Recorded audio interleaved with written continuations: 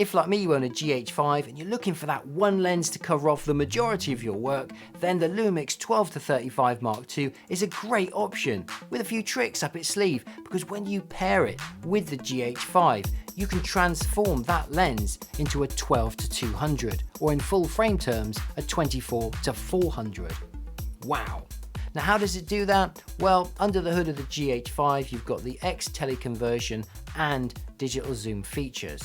So in this video I'm going to frame up those zoom ranges, showing you digitally on the 12-35 what you can get, but also I'm going to compare it with another Lumix lens and show you what those ranges look like optically, so you can see the difference between the optical zoom and the digital zoom, and see for yourself quite how good that 12-35 lens is. Right, let's get started. So just for reference, I'm filming on the GH5 at the moment, and there we go. I'm exactly an arm's distance away from the lens, and this is what you're going to get. This is your field of view. So you've got yourself a standard interview style shot.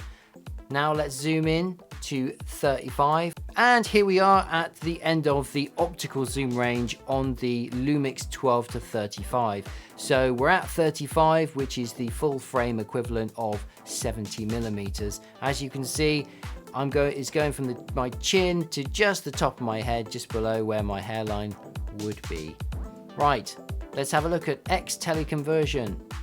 Okay, I've just switched X teleconversion on, I've not moved a muscle, and you can see just how close in that crop from X teleconversion is. It's just jumped up my chin ½ an inch and down on my brow ½ an inch, so it's just a very modest crop. Right, let's go to digital zoom.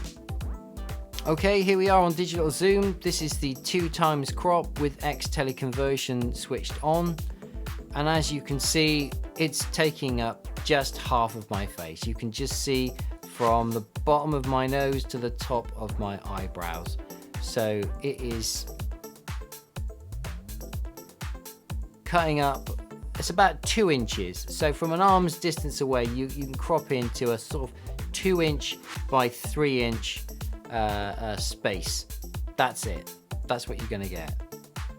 And the detail in my eyes, if I just make sure I'm there in focus, that looks good to me. That looks solid, usable. I feel I could go there. Right, let's have a look at 4x crop. Okay, I'm back. I haven't moved a muscle. This is X teleconversion with 4x digital zoom.